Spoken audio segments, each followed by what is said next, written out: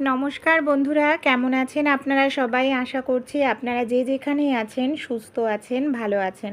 অন্যান্য দিনের মতো এমন কিছু ছোট ছোট টিপস শেয়ার করব। আশা করছি টিপসগুলো অ্যাপ্লাই করলে প্রত্যেক দিনের কাজ সহজ হবে। ডাল আমরা কম বেশি প্রত্যেকেই খেয়ে থাকি, কিন্তু অনেক সময় দেখা যায় আমরা ইউরিক অ্যাসিড বেড়ে যায় বলে মুসুরির ডাল খাই না। তাই ছোট্ট একটি টিপস আপনারা যদি অ্যাপ্লাই করেন, খুব সহজেই মুসুরির ডাল খেতে পারবেন, কোনো রকম অসুবিধা হবে না। মুসুরির ডালটা যখন সেদ্ধ করবেন, ওপরে যে ফেনাটা উঠবে না, সেই ফেনাটাকে কিন্তু আমাদের আলাদা করে নিতে হবে। অনেক সময় আমরা মুসুরির ডাল প্রেসারে দিয়ে খাই। মুসুরির ডাল প্রেসারে দিলে কিন্তু এই ফেনাটা যে গেজাটা ওপরে ওঠে সেটাকে আপনারা ফেলতে পারবেন না। তাই মুসুরির ডাল প্রেসারে না দিয়ে নর্মালভাবে সেদ্ধ করে রান্না করুন কড়াইতে বা কোনো পাত্রে। বেশি গ্যাসও খরচা হয় না, আর ইউরিক অ্যাসিড যাদের সমস্যা আছে তাদের এই সমস্যাটাও বাড়বে না। এই ফেনাটা ফেলে দিয়ে ডালটা রান্না করলেও গ্যাস অম্বলও হয় না, এমনকি ডালটা খেতেও কিন্তু ভালো লাগে। ভালো লাগলে ছোট্ট টিপসটি অবশ্যই ট্রাই করে আপনারাও দেখবেন। রসুন আমরা কম বেশি প্রত্যেকেই কিন্তু তরকারিতে খেয়ে থাকি। অনেক সময় যখন আমরা রসুনের খোসা ছাড়াই দেখা যায় নখের ব্যবহার করে থাকি। নখ দিয়ে রসুন খোসা ছাড়ালে অনেক সময় কিন্তু দেখা যায় নখ থেকে বাজে দুর্গন্ধ বেরোয়, নখের মধ্যে নোংরা ঢুকে যায়। আবার অনেকের দেখবেন নখ দিয়ে রসুনের খোসা ছাড়ালে কিন্তু নখটা জ্বালাও করতে থাকে। তাই আমাদের বাড়িতে যে এই ধরনের বোতলের ঢাকনা আছে, জলের বোতল হোক, কোল্ড ড্রিঙ্কসের বোতল হোক, এই ধরনের ঢাকনা নিয়ে নেবেন। এই ধরনের ঢাকনা দিয়ে যদি আপনারা রসুনের খোসাটা ছাড়ান, দেখবেন খুব দ্রুত তাড়াতাড়ি আপনারা রসুনের খোসা ছাড়িয়ে নিতে পারবেন। আর এইভাবে রসুনের খোসা ছাড়ালে নখ দিয়ে কোনো রকম টানাটানি করার প্রয়োজন পড়ে না। খুব দ্রুত তাড়াতাড়ি কিন্তু রসুনের খোসাটা ছাড়ানো হয়ে যায়। দেখুন, একটি রসুনের খোসা ছাড়ানো হয়ে গেল। একইভাবে আমি আপনাদের দেখাচ্ছি। এইভাবে কিন্তু কোনো রকম রসুনের রস বা রসুনের নোংরা আপনাদের নখে ঢুকবে না। তাই এই টিপসটি আপনারা অবশ্যই অ্যাপ্লাই করবেন। যাদের রসুনের খোসা ছাড়ালে নখ জ্বালা করে, অনেকেরই হয় যে নখের ভেতরে রসুনের রস লাগার কারণে জ্বালা করতে থাকে। তাই ভালো লাগলে টিপসটি অবশ্যই আপনারাও এইভাবে ছাড়িয়ে দেখবেন। খুব দ্রুত তাড়াতাড়ি কিন্তু রসুনের খোসা ছাড়ানো হয়ে যায়। পরের টিপসটি চলুন দেখে নিই। ওষুধ খাওয়ার পর আমাদের বাড়িতে যে এই ধরনের ওষুধের খালি প্যাকেটগুলো থাকে, আমরা কি করি, এই ধরনের খালি প্যাকেটগুলোকে কোনো কাজেই ব্যবহার করি না। এই খালি প্যাকেটগুলোকে আমরা ফেলে দিই। তাই এই ধরনের খালি প্যাকেট দিয়ে দুটো কাজে আমরা করতে পারি। আমাদের পয়সাও বাঁচবে, সেই সঙ্গে কিন্তু আমাদের খাটনিটাও কম হবে। কি কি কাজে চলুন দেখে নিই। আমাদের বাড়িতে যে এই ধরনের কাঁচি থাকে, অনেক সময় কাঁচির ধার চলে যায়। আমরা কাঁচি যদি এইভাবে, ওষুধের যে প্যাকেটগুলো হয় সেটা ফয়েল পেপারের হয়, আর এই ফয়েল পেপারের সাহায্যে যদি কাঁচিগুলো আমরা কাটতে থাকি, যে কাঁচির ধার চলে গেছে, কাঁচি দিয়ে আপনারা কোনো কিছু কাটতে পারছেন না, ভাবছেন বাজারে নিয়ে গিয়ে কাঁচির ধার করিয়ে আনবেন, সেক্ষেত্রে অনেকটা টাকাও লাগে। এইভাবে 30 থেকে 40 বার আপনারা ফয়েল পেপারের ওষুধের প্যাকেটগুলো কাটিং করুন, দেখুন কাঁচির ধার চলে আসবে। ওষুধের এই যে প্যাকেটগুলোকে আমি কাটিং করলাম, এই প্যাকেটগুলোকে আপনারা ভুল করেও ফেলবেন না। এই প্যাকেটগুলোর সাহায্যে আমরা আমাদের কাজকে সহজ করে নিতে পারি, আমাদের খাটনিটাও কমিয়ে ফেলতে পারি। আমাদের বাড়িতে যে অনেক সময় রান্নাবাড়ি করার পর কোনো কিছু ভাজাভাজি করতে গেলে দেখা যায় এইভাবে কড়াইটা পুড়ে যায়। তেলে পোড়ার যে দাগ, এই দেখুন আমি এখানে ভাজা ভেজেছি, যার কারণে তেলের পোড়ার দাগ কিন্তু সহজে উঠতে চায় না বন্ধুরা। তাই তেলে পোড়ার দাগও আপনাদের অনেকটা সময় ধরে ঘষতে লাগবে না। এই দেখুন, এটা তেলের পোড়ার দাগ, কতটা গাঢ় দাগ হয়েছে। ওষুধের খালি প্যাকেটটাকে দিয়ে দিলাম আমি। এবার কি করব, এর মধ্যে আমি দিয়ে দিচ্ছি কিছুটা পরিমাণ খাবার সোডা বা বেকিং সোডা যাকে বলে, সেটা নোংরাটাকে তুলতে খুব দ্রুত তাড়াতাড়ি সাহায্য করবে। এরপর এখানে দেখুন আমি নিয়ে নিচ্ছি নর্মাল স্কচব্রাইট সাবান লাগিয়ে, যেহেতু এটা তেলে পোড়া, তেল চিটচিটে ভাব থাকবে, তাই সাবান নিয়েছি। এবার আমরা কিছু সময়ের জন্য এটাকে এইভাবে একটু ঘষে নেব।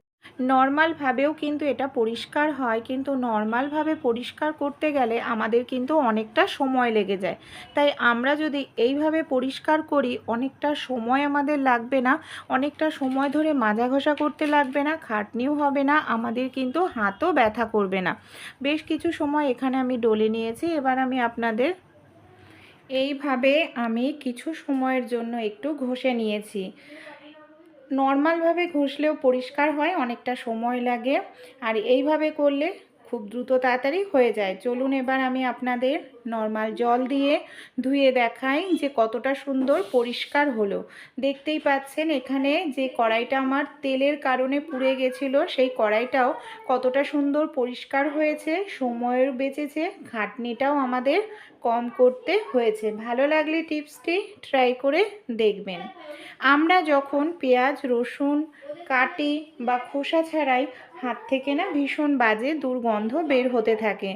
বারবার যদি আমরা সাবান হ্যান্ড ওয়াশ দিয়ে হাত ধুই, হাত কিন্তু রুক্ষ শুষ্ক হয়ে যায়।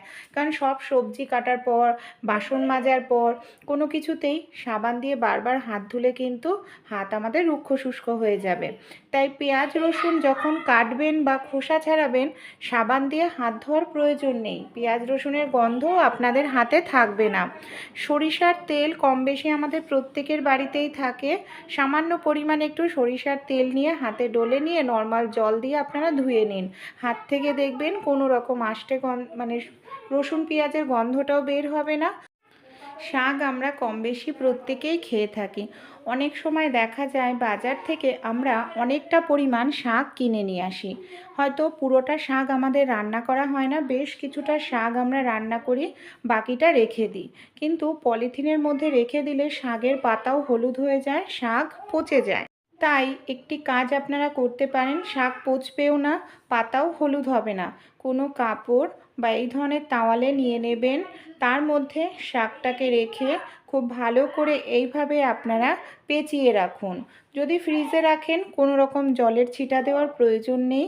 ফ্রিজে না রাখলে হালকা করে একটু জলের ছিটা দিয়ে রেখে দেবেন। এতে আপনাদের 7 দিন পর্যন্ত শাকটা পচবে না, ভালো থাকবে। ভালো লাগলে ট্রাই করে দেখবেন। আমাদের বাড়িতে যে এই ধরনের বাসনগুলো থাকে না, এই ধরনের বাসনগুলোকে আমরা খুব সুন্দর করে পরিষ্কার করে মাজা ঘষার পরেও দেখা যায় বাসনগুলো কিন্তু নোংরা জীবাণু ব্যাকটেরিয়া থেকেই যায়। কারণ এই যে এই ধরনের স্টিলের যে বাসনগুলো হয়, ডিজাইনের জায়গাগুলোয় দেখা যায় নোংরা জমে যায়।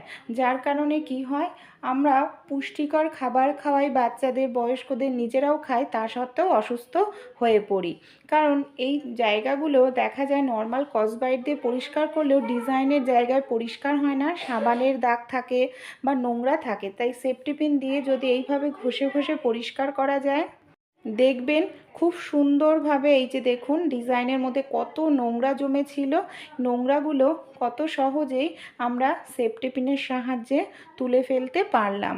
এটা যদি স্কচব্রাইট দিয়ে পরিষ্কার করতাম, কোনোভাবেই কিন্তু পরিষ্কার করা যেত না।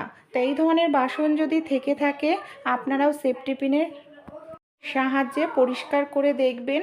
খুব সুন্দরভাবে আপনাদের বাসন পরিষ্কার পরিচ্ছন্ন তো হবেই, জীবাণু ব্যাকটেরিয়াও থাকবে না বাসনের মধ্যে। তাছাড়াও আমাদের বাড়িতে যে কড়াইতে আমরা ঢাকা দিই, যে এই ধরনের ঢাকনাগুলো থাকে, এগুলোকে ভালোভাবে পরিষ্কার করলেও দেখবেন যখন তরকারি ঢেকে দেওয়া হয় ফুটে ওঠে, ভেতরের দিয়ে নোংরা ঢুকে যায়। বাসন মাজার সময় সাবান ব্যবহার করা হয়, সেই সাবানের ফেনাগুলো ঢোকে, যেটা নর্মালভাবে পরিষ্কার করলেও পরিষ্কার হতে চায় না। তাই আপনারা একটি ব্লেড মানে এই ধরনের সেফটি পিনের সাহায্যে যদি এই জায়গাগুলো পরিষ্কার করেন, খুব সুন্দরভাবে পরিষ্কার হবে, বাসন থাকবে জীবাণু মুক্ত। ভালো লাগলে টিপসগুলি অবশ্যই আপনারাও কিন্তু ট্রাই করে দেখবেন। আমাদের বাড়িতে যে এই ধরনের দুধের প্যাকেট বা দইয়ের প্যাকেট আমরা নিয়ে আসি, দুধ বা দই খাওয়ার পর প্যাকেটগুলোকে আমরা ফেলে দিই। তাই এই ধরনের দুধ বা দই খাওয়ার পর প্যাকেটগুলোকে না আপনারা ফেলবেন না। এই প্যাকেটগুলোকে আমরা কিন্তু অনেক কাজে ব্যবহার করতে পারি। এখানে আমি কি কাজে ব্যবহার করব চলুন দেখে নিই। সবার প্রথমে প্যাকেটের এইভাবে দেখুন আমি 3 দিকেই কেটে নিচ্ছি। আমি এখানে দুধের প্যাকেট 500 গ্রাম ব্যবহার করছি, আপনারা 1 কিলো দুধের প্যাকেটও ব্যবহার করতে পারেন। তারপর এর ভেতরটাকে ভালো করে মুছে নেব। আমি আগেই জল দিয়ে ভালো করে এটাকে ধুয়ে নিয়েছিলাম, ভেতরটায় যাতে কোনো রকম জল না থাকে, তাই আমাদের খুব ভালো করে এইভাবে মুছে নিতে হবে। এবার এটার সাহায্যে আমরা কি করব চলুন দেখে নিই। অনেক সময় আমাদের হাতের কাছে বেলন চাকি থাকে না। বেলন চাকি ছাড়াও আমরা খুব সুন্দরভাবে কম সময়ের মধ্যে রুটি বেলে নিতে পারি। এখানে দেখুন এই ধরনের দুধের প্যাকেট, দইয়ের প্যাকেট খুব নরম হয়, টেকসই হয়, আর খুব দ্রুত তাড়াতাড়ি বেলন চাকি ছাড়া রুটি বেলে নেওয়া যায়। এখানে আমি ওপরে ছোট্ট একটি প্লেট নিয়েছি। প্লেট দিয়ে হালকা করে একটু চাপ দিচ্ছি, তাহলেই দেখুন কত সুন্দর রুটিটা আমার বড় হয়ে যাচ্ছে। আপনারা এইভাবে 1 সেকেন্ডের মধ্যেই লুচিও কিন্তু বেলে নিতে পারবেন। কোনো রকম আপনাদের বেলন চাকির কিন্তু প্রয়োজন পড়বে না। দেখুন এখানে আমার রুটিটা পুরো পারফেক্ট বেলা হয়ে গেছে, কত সুন্দর একদম গোল।